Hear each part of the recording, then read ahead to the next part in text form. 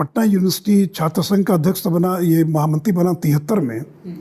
उसके पहले कैबिनेट का चुनाव होता था वहाँ पर, और कैबिनेट में भी सभी 13,000 लड़के वोट करते हैं। अच्छा। वो इनडायरेक्ट इलेक्शन ही होता। पटना यूनिवर्सिटी इलेक्शन की एक और खासियत है, जिसमें लालू जी प्रेसिडेंट हुए और मैं जनरल सेक्रेटरी था, कि सभी 13,000 लड़के वोटिंग करते हैं। वो इनडायरेक्ट इलेक्शन नहीं है। और कैबिनेट मेंबर की भी वोटिंग जो होती है वो सारे लड़के वोट करते हैं, 13,000। तब्दीलियां आप लोगों के बनने के 1-2 साल पहले ही हुई थी, क्योंकि पहले तो शायद वो प्रतिनिधि चुन लिया करते पहले थे। इनडायरेक्ट इलेक्शन होता था। जी जी। तो आंदोलन चला पटना विश्वविद्यालय के अंदर कि डायरेक्ट इलेक्शन होना चाहिए। इसको लेकर रेफरेंडम हुआ, और रेफरेंडम के अंदर चुनाव डायरेक्ट इलेक्शन की जीत हुई। और जब डायरेक्ट इलेक्शन की जीत हुई तो पहला चुनाव मेरे ख्याल से 70 या 69 के अंदर पहला छात्र संघ का चुनाव हुआ। और लालू जी इस पहले चुनाव में महामंत्री बने, जनरल सेक्रेटरी। दूसरे चुनाव में लालू जी चुनाव हार गए, और जब हार गए चुनाव लालू जी तो नौकरी करने चले गए वेटनरी कॉलेज में, और वहाँ पर क्लर्क की नौकरी करने लगे। और 73 में फिर जब चुनाव हुआ तो रंजन यादव जो थे, जो बाद में राज्यसभा की भी सदस्य सीनियर रहे आपसे 2 साल, लालू जी से 2 साल सीनियर थे। तो रंजन यादव ने उनकी नौकरी छुड़वा कर उनको नाम लिखवाया लॉ कॉलेज में, और उनको चुनाव लड़वाया।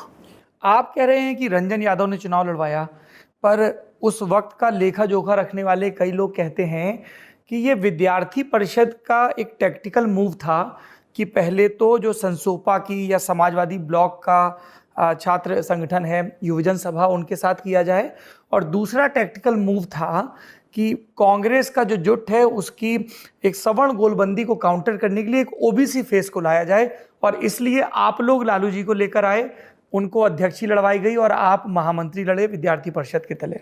देखिए, कांग्रेस का तो विश्वविद्यालय में कोई दूर दूर तक कोई ठिकाना नहीं था उस जमाने में। यादव के कैंडिडेट लड़ा करते थे। नहीं, वो अलग बात हो गई। उसको कांग्रेस से कोई मतलब नहीं था। अच्छा। यूनिवर्सिटी के अंदर कम्युनिस्ट बहुत प्रभावित थे उस जमाने के अंदर। AISF, SFI, और फिर ये जो माले आजकल है CPI-ML, उस जमाने में IPF के नाम से जाना जाता था। IPF? हाँ, इंडियन पीपुल्स फ्रंट। अच्छा। और 90 का चुनाव तो IPF के नाम से लड़े, माले तो बाद में बना।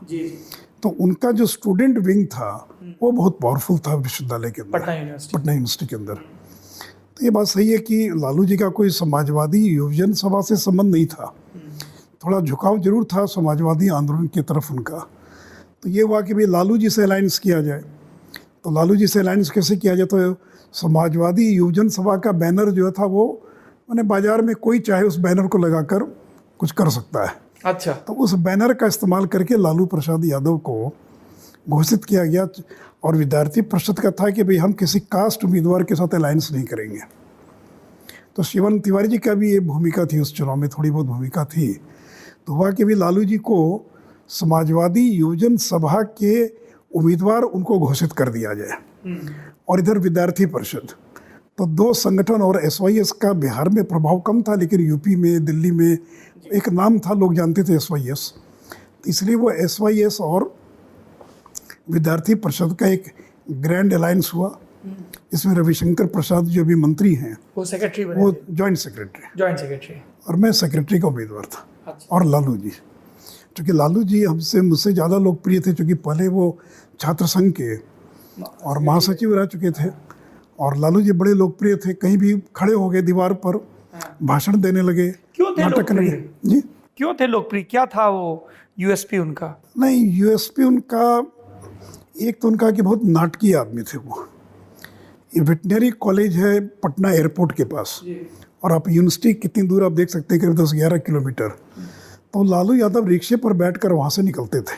अच्छा। और रास्ते में जितनी दुकानें थी, पान की दुकान, हर जगह 10 मिनट रुककर पान खाना, और मिलते जुलते हुए वो 12 बजे 1 बजे विश्वविद्यालय पहुँचते थे और पहुँचे 2 घंटा रहे।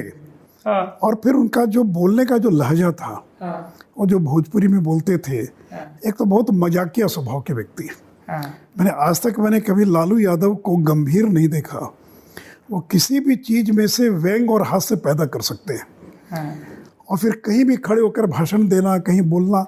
और एक और बात थी कि विश्वविद्यालय में पिछड़े वर्गों की, मुझे पता नहीं उस समय कैसे पिछड़े वर्गों की इतनी संख्या थी, लेकिन जो पिछड़े वर्ग के जो छात्र थे उनकी गोलबंदी बहुत ज़बरदस्त थी जो है, और उनकी लड़ाई होती थी अपर कास्ट के उम्मीदवारों के साथ। तो और सारे बैकवर्ड जितनी जातियां थी दलित से लेकर वो सब गोलबंद हो जाते थे। और लालू यादव उनके और बड़े बड़े कुछ नेता थे, वो लोग चुनाव के समय में अपनी जातीय गोलबंदी को उस समय मजबूत करने आते थे। तो लालू जी का मैं वगैरह का जिक्र कर रहे हैं। दुर्गा प्रसाद राय जो है, माने ये लोग दूर से थोड़ी आर्थिक मदद कर दिया, कुछ पैसे की मदद कर दिया, इतना ही था, इससे ज़्यादा उनका रोल नहीं था। क्योंकि लालू जी भी यादव थे, वो भी यादव थे, तो कुछ मदद कर दिया। लेकिन लालू यादव थे कि धोती पहनते थे उस जमाने में, जबकि यूनिवर्सिटी में कोई धोती नहीं पहनता था, पान खाते थे। और वो एक बिहार के अंदर लोहा सिंह का नाटक बहुत लोकप्रिय हुआ जी, आकाशवाणी जी, 62 के ज़माने में। यानी वो जो नाटक आज के किसी सीरियल से ज़्यादा लोकप्रिय था, लोहा सिंह का नाटक। और खदेरन की मादर और खदेरन की माँ, और भोजपुरी में उसके अंदर पूरा जो उसका डायलॉग था, तो लालू यादव उस डायलॉग को लकड़ी के बट से लोहे का संदूक तोड़ दिया। खूब लालू यादव वो सब डायलॉग वगैरह बोलता करता था। और दूसरी बात है कि राजनीति में, छात्र राजनीति में जो गंभीर लड़के थे वो तो जाते नहीं थे, जिनको पढ़ाई लिखाई से मतलब नहीं है, उसी प्रकार के लोग आते थे राजनीति के अंदर चुनाव लड़ने के लिए।